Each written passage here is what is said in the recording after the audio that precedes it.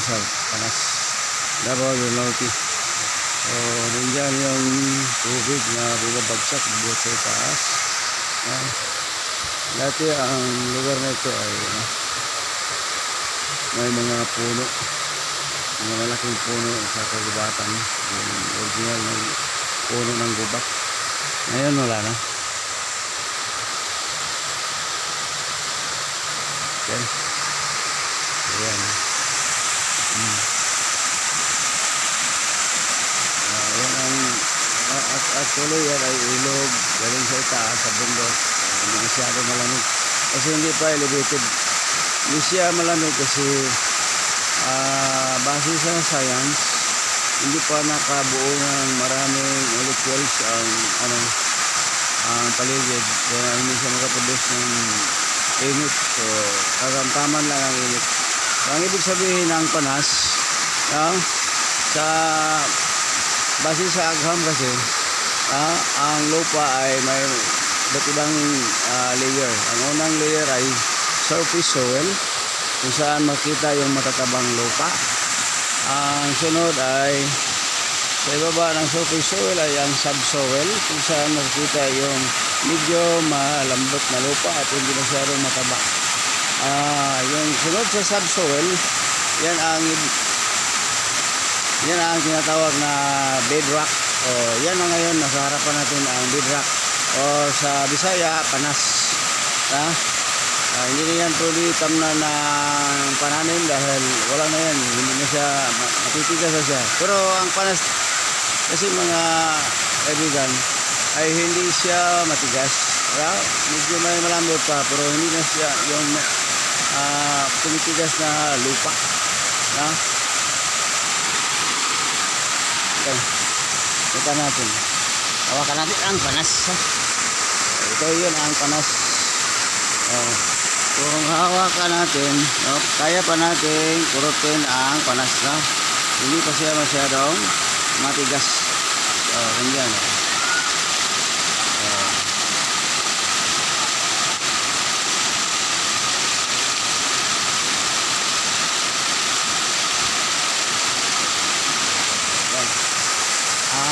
Ang batong ito ay napiling nandyan, hindi siya basta-bastang matunaw dahil matigas-tigas na siya. Ang susunod na layer ng bedrock ay yung tinatawag na yung sunod na yung mantle. Yung mantle nasa ilalim na yun, napakatigas. So ito yung kasunod ng mantle. Nandyan marami rin pupunta rito, dumadayot, maliligo, yan sila. Natural lang ang tubig. Kapag umuulan sa itaas, galing ang tubig, ito,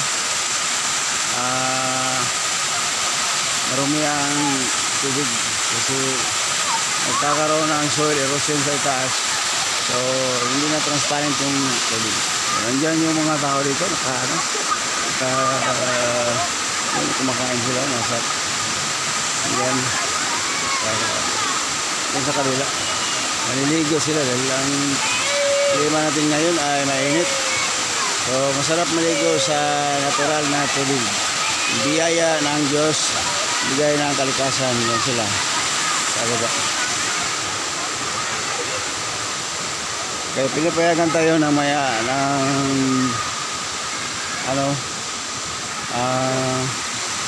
yung nagbabantay rito na kuha tayo ng video. Yan. Actually hindi siya masyadong i-modify ang lugar, pinabayaan na lang nila na natural ang kapaligiran. Andyan maraming mga dayo naliligo ilalim ng puno ng kahoy. Tapos silang maligo, kumakain. Nagkaroon din ng mga ang tawag dyan, misting, yung mga lumilipad na tubig galing sa itaas. So punta natin ang isa pang nasa itaas. Okay. Tapos ilipat tayo ng iba pang resorts. So sa kasalukuyan ay nasa Davao del Norte tayo ngayon, New Corlia, Davao del Norte. Bibisita natin ang ating inland resort. Akyat tayo. Tingnan natin yung mga rock formation doon sa itaas. Okay.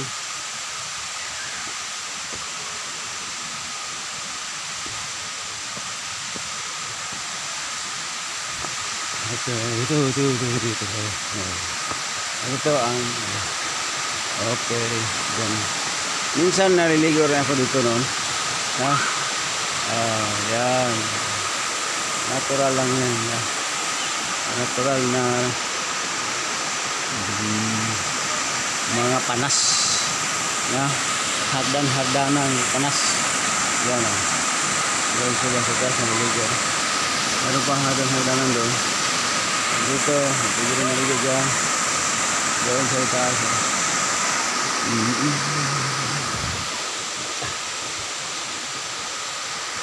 Yan. Okay.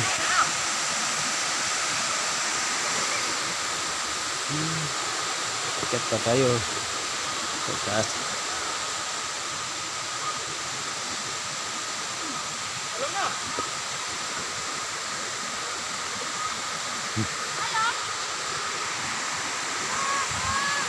Iwan ko lang taga saan ito, mga naliligo rito, taga dito lang rin siguro sa New Corlia, Davao del Norte. Pa-relax dahil part ito ngayon ng summer. Hindi sila magkakain. Ang problema, maraming lamok. Hindi ka sa dinggi dito.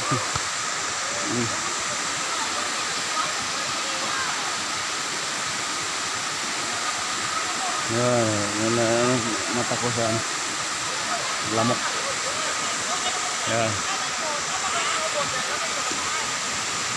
Tuwing umuulan, iba talaga ang kulay ng tubig. Hindi pwedeng maliligo dahil nahaluan nito ng mga lupa or putik galing sa itaas. Okay.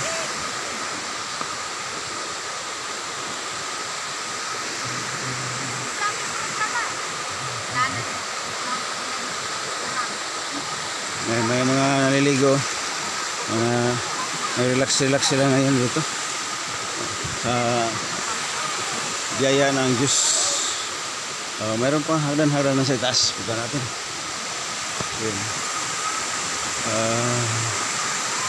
Ayun, hagdan-hagdan na panas. So, yan ang panas. Hindi siya masyadong marigas. Pangatlong layer siya from surface soil, subsoil, and bedrock or panas.